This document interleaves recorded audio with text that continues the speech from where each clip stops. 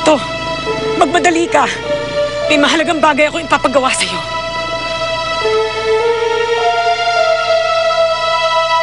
Ngayon nireport na natin sa pulis na nawawala si Nay Matilda. Pwede na tayong tulungan maghanap. Sana nga makatulong sila sa paghahanap. Huwag kang mag-alala, Ate Grasilda. Sigurado namang walang nangyaring masama kay Nanay Matilda. Baka nga lang talaga naligaw siya. Nakakalungkot lang. Bakit ngayon pa ito nangyari? Bakit ngayon pa kung kailan ako nagbalik para kay Ina? Grasilda.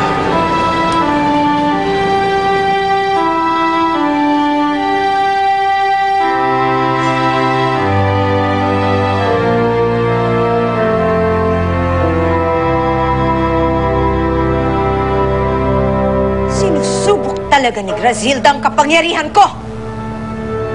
Nakatakas na naman siya sa kabatayan! Sapagkat ang mga nakapaligid kay Grasilda ay mga taong nagmamahal sa kanya. Pag-ibig ang nagligtas sa kanya. Pag-ibig? Nino? Ng taksil kong kapatid? Hindi! Hindi ako makakabayag!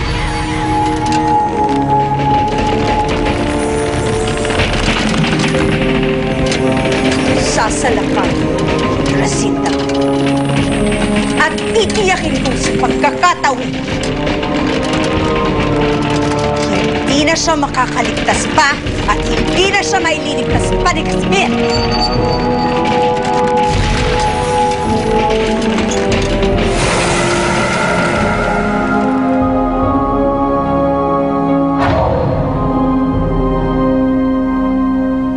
Nung nawala ka, si Nanay Matilda na nagpatuloy sa pagdidilig ng alaga mong halaman, Ate Grasilda.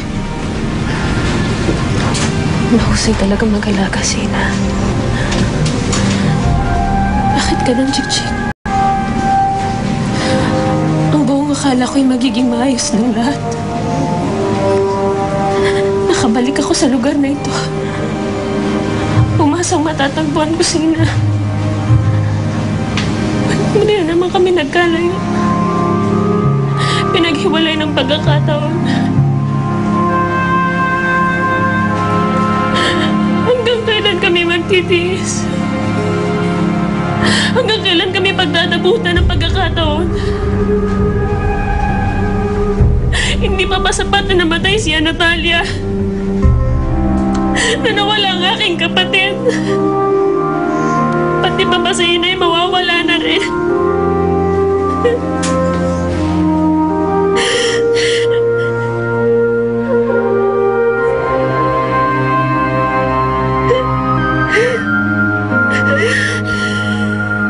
Kilala ko ang aking kapatid.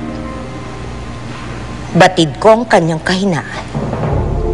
Kung ano ang kanyang kinatatakutan. At ito ang gagamitin kong sandata laban sa kanya at kay Grasilda.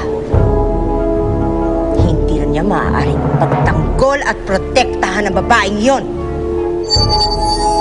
Mandarina! Mandarina! Mandarina, Pagdiola. Aming namataan ng lalaking to sa bukana ng palasyo. Hindi ako natatakot sa'yo! At sino kang lapastangan ka? Ako si Vicente. Ang asawa niya, Natalia. Ang iyong pinasarang walang kalaban-laban! At naparito ka upang ipaghiganti ang kanyang kamatayan? Ano naman ang kakayahan mong labanan ako? Wala akong pakialam kahit hawak mo ang pinakamatinding kapangyarihan. Papatayin kita!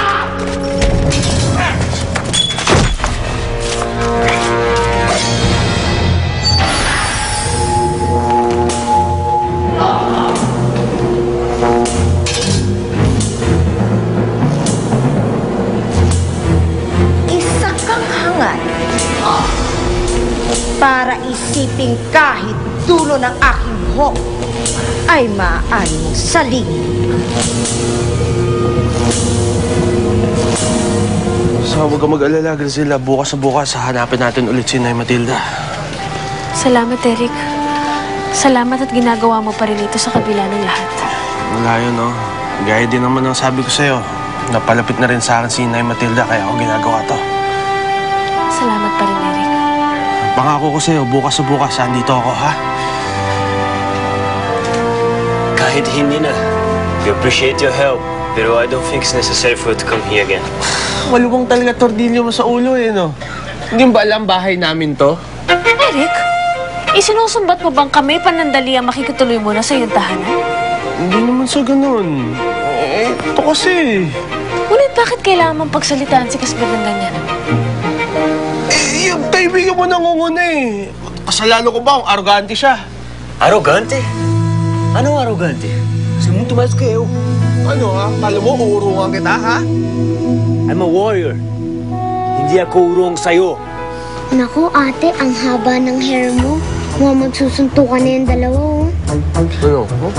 Ano ba kayo magsitigil nga kayo? Eric! Casper!